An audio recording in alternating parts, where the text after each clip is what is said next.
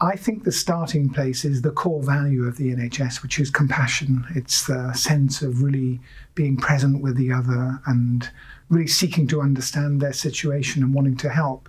And I believe that compassionate leadership subsumes collective leadership and inclusive leadership. If we're compassionate, we include everybody. We seek to involve everybody, to listen to everybody, to empathize with everybody, to help everybody.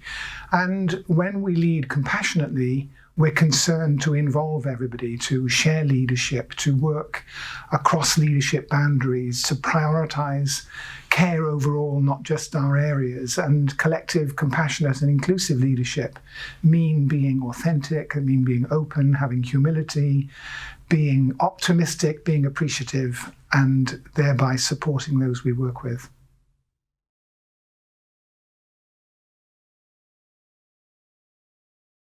Collective leadership in action is really about ensuring that everyone feels they have leadership responsibility in our health and care organisations, that they'll step in to do what's right, what they know to be the right thing. It's about shared leadership in teams where everyone again feels they can contribute and shape the work of the team.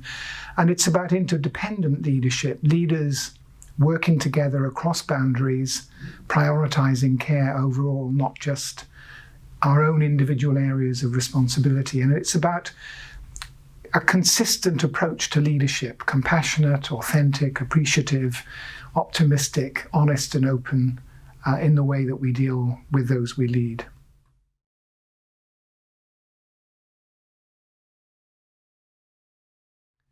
When you have compassionate, inclusive, collective leadership in teams, then you get great teamwork. Look, teamwork is about bringing together people with diverse knowledge and skills and experience and enabling them to contribute that in service of what we're trying to do in a healthcare team, in a finance team, in an HR team, in an executive team.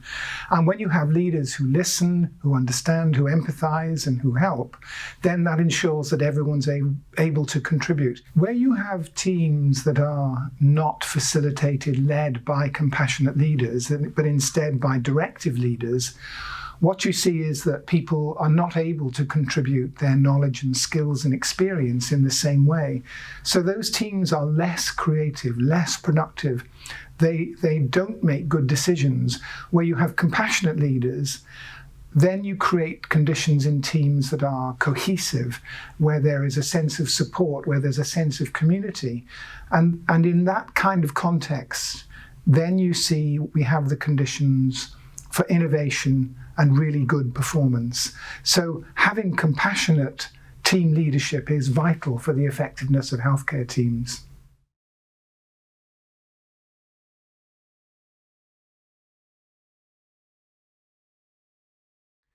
The four key behaviours of compassionate leadership are attending, understanding, empathising, and helping. First is we must pay attention to those we lead. Nancy Klein uses a wonderful phrase, listening with fascination. And second, we have to arrive at an understanding of the challenges that those we lead face in their work through a dialogue, not through imposing an understanding. And third, it's about empathizing with those we lead, caring for them.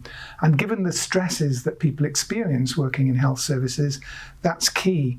And what empathizing does also is gives us the motivation for the fourth element, which is helping or serving those we lead to enable them to do the jobs we and they want to do, which is delivering high quality, compassionate care. And I think of those four, the most important skill of a leader is listening with fascination. And the most important task is helping those we lead to do the jobs that we and they want to do.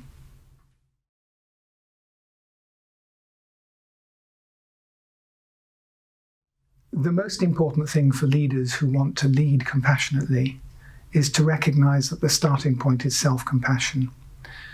In order to have the resilience and the capacity to lead compassionately, leaders, first of all, have to pay attention to themselves, to understand the challenges that they face in their work and in their lives more generally, to empathize with themselves, to care for themselves, and then to take intelligent action to help themselves in order that they can be their best selves, the best leaders that they can be, and stay close to the core values that give their lives and their leadership meaning, like compassion and wisdom and humanity.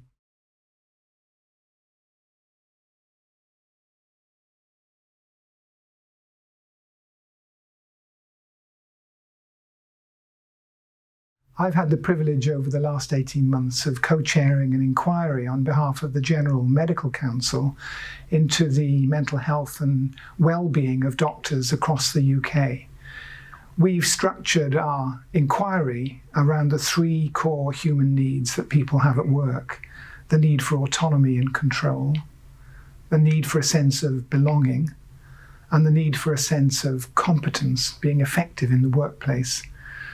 What we've seen is the huge importance of enabling doctors to have voice and influence in their organisations in the context of working in a fair and just culture that's more focused on learning than on blame.